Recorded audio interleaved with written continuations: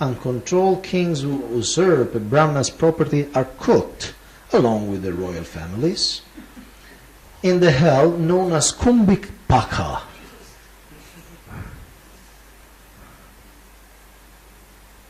Cooked for as many years as there are particles of dust touched by the tears of generous Brahmanas.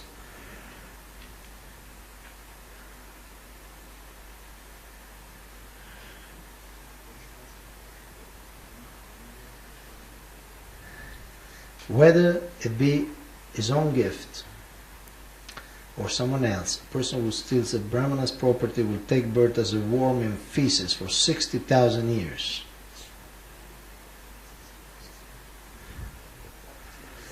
$60,000 years, you know how long is that? It's longer than 50,000 years.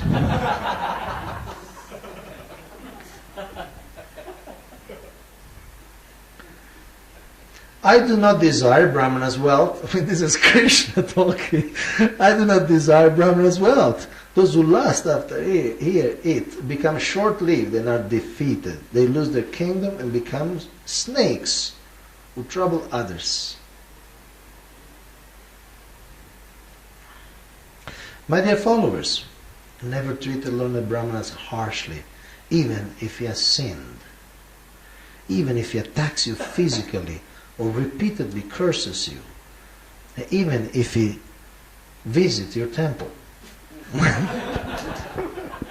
and gets a donation. Always continue to offer him obeisances.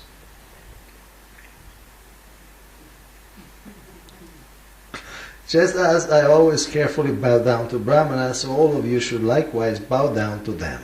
I will punish anyone who acts otherwise. Please accept my humble obeisances.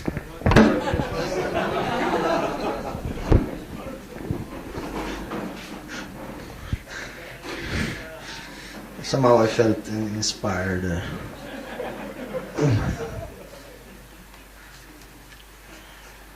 When the Brahmana's property is stolen, even unknowingly, like Maharaj, it certainly causes the person who takes it to fall down, just as the Brahmana's cow did to Nriga. Having thus instructed the resident of Dwarka, Lord Mukunda, purifier of all the worlds, entered his palace. So, any question or comment? Yes, Revati Prabhu, Revati Pati. Enlighten us with your question. I fully support this, whatever the verses you have read. You fully support Lord Krishna? No. What was I read it, I am really, I'll also be very careful because there are many Brahmanas. Okay. Vaishnavas are more than Brahmanas. So, very enlightening. Also, I fully agree with you that the donation which congregation devotees give to temples, that is voluntary. But at the same time, I feel that till now, whatever I have read, whatever understanding I had, it was very clear to me that Gopal means 50% of the income. Although there may be some places, as you told the quote where you mentioned about surplus, but the basic understanding, me as well as whatever forum we have discussed earlier, even in nectar instruction where the Dadati principle comes. But there are different dictionaries. Income is an English word, and unfortunately it has different meanings. Okay, and one meaning is net income, short by income, no, the net income, which I'm talking about, and one meaning is whatever you get, no, whatever salary, the full income. So you are stressing your understanding that income means the full thing. So 50% means the full thing. And because it's ambiguous, what I suggest that what we should do as a movement, as individuals who are interested in this, we should find out some, Prabhupada was saying income, but there must be some Sanskrit, there must be some Bengali, right? I mean, he was not inventing, right? He said in one quote that as indicated by Sri Chaitanya Mahaprabhu. So there must be some paper trail, there must be some references in Sanskrit, which hopefully would be more clear. And my understanding is that many people cannot survive with 50%. Many people. Maybe some they even they can survive and flourish and be living opulent with 50%. And I appreciate your point that yes, they shouldn't give God whatever is left. Like some of those cartoons. Were you here when we showed those cartoons? Okay, you missed the cartoons. But some cartoons show that, like, oh, you give to the waitress more than what you give God, or, it's just what you find in your pocket, and the Sunday you pull out something, you give, that's not the idea, okay? So, we agree with that, and I agree with that. I sure I can give you this text when, that's my suggestion. We go back to the Sanskrit, we go back to the Bengali, and see, but I remain my observation, and it's not a theory, it's an observation. Many devotees in the world, they cannot survive with 50%. They can't. Just do the math. They get $2,000, say $500 for rent, children's school, transport, some clothing, the food. You will not be able to do, and therefore many people that just reject the whole thing because it's impossible for me. Something just impossible. It's just mathematically impossible, and therefore they don't do anything. So, that's my proposal. Let's do more research because this is it's an important pillar of community building. I would say let's do more research and let's come to a more like traditional understanding. What's the Sanskrit? And see exactly how we can apply it. So there are a few hands. Who was Radhasharam Prabhu and Sitaram Prabhu and also Mukunda Madhu. Can we get the mic here? Is it reasonable? My proposal reasonable? Sure. No, I fully agree with you that everyone may not be able to give 50%. That is not a point of our discussion. Just like we say that everyone should chant minimum 16 rounds. That's a standard which the Prabhupada said. Now devotees come to that standard gradually. They start with 1 round, 2 rounds, we appreciate them, we encourage them. They come to 16 rounds over a period of time. Similarly, one may give whatever is one's capacity. But the principle remains that this is what is, like after researching, as you said, that 50% you have to find out that whether it's like income or surplus. Principle is at one place, but what level the person can practice it. I don't think it's the same thing, because I tell you why. Because 16 rounds, it's a standard. Say 60 rounds is what? 1.5 hours, 2 hours, okay? So, yes, it's true, it's gradual, but for initiated devotees, it's not gradual, right? I mean, you took the vows, and you must find 2 hours in a day. In the morning, in the evening, in the night. Prabhupada said, sleep less but finish your rounds.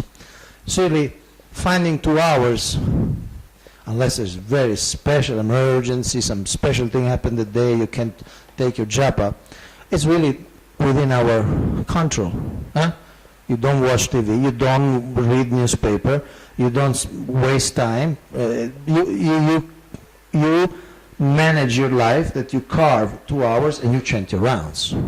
So this is for rich people, for poor people. It's really not, it's really independent. But when you say, this is a principle, I do not agree with you, because what I read in Srila Prabhupada, I never saw this type of principle that you are saying. No, it's a gradual process, eventually they come to 50%. He always says, as a matter of fact, you're earning money, you give 50%. So I don't find the evidence for what you're saying. While I shared evidence for what I said, that Prabhupada sometimes say income, and sometimes it defines the income as surplus money, accumulated money. It's not my definition, it's Srila Prabhupada's definition. Otherwise you have to, you can see the words again. I hope it's not boring for people, but we can see Srila Prabhupada's words again. Where's that? Here.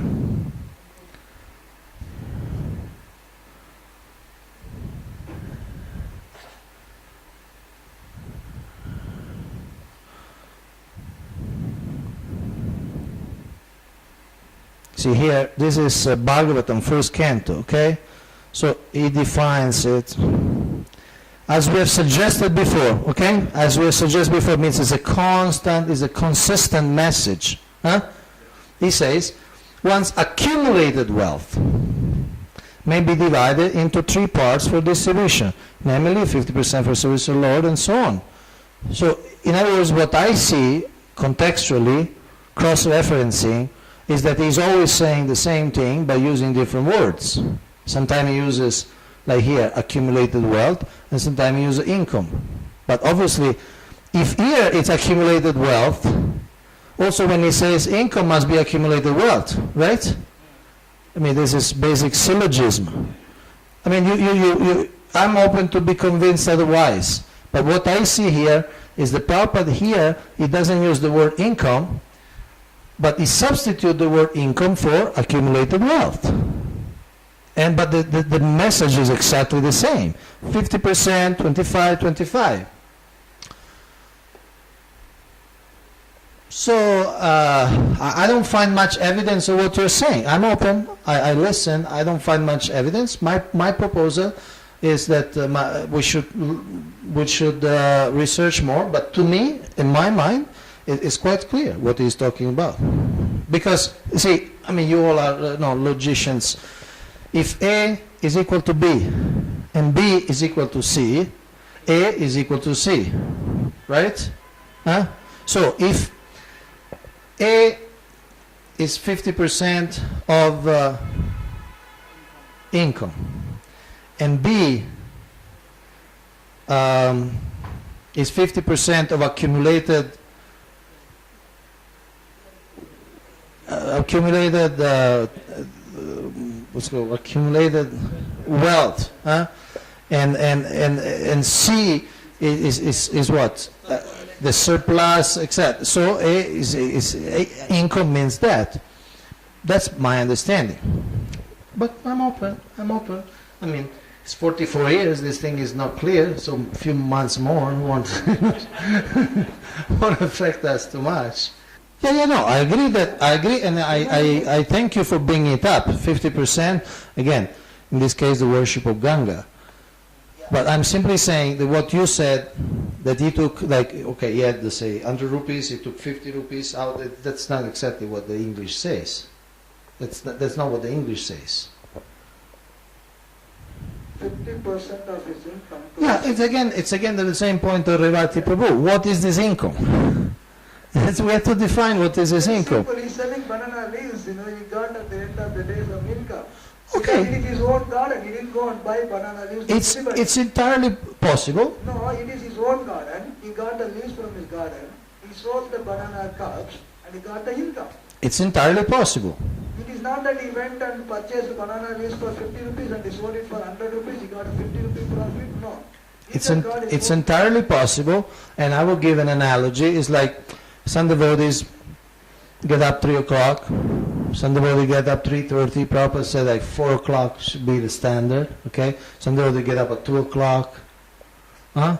So the standard is 4 o'clock. The kind of that strict sadhaka. Okay, whatever people can do is fine. But the standard is 4. More we could say, well, you're wasting your Brahma Muhurta. Like we can agree on that. Some people get up 3:30, some people get 3 o'clock, some people 2:30, and they just again, it's their stand. So it's entirely possible, and it's entirely, I would say, very, what do you call, exemplary.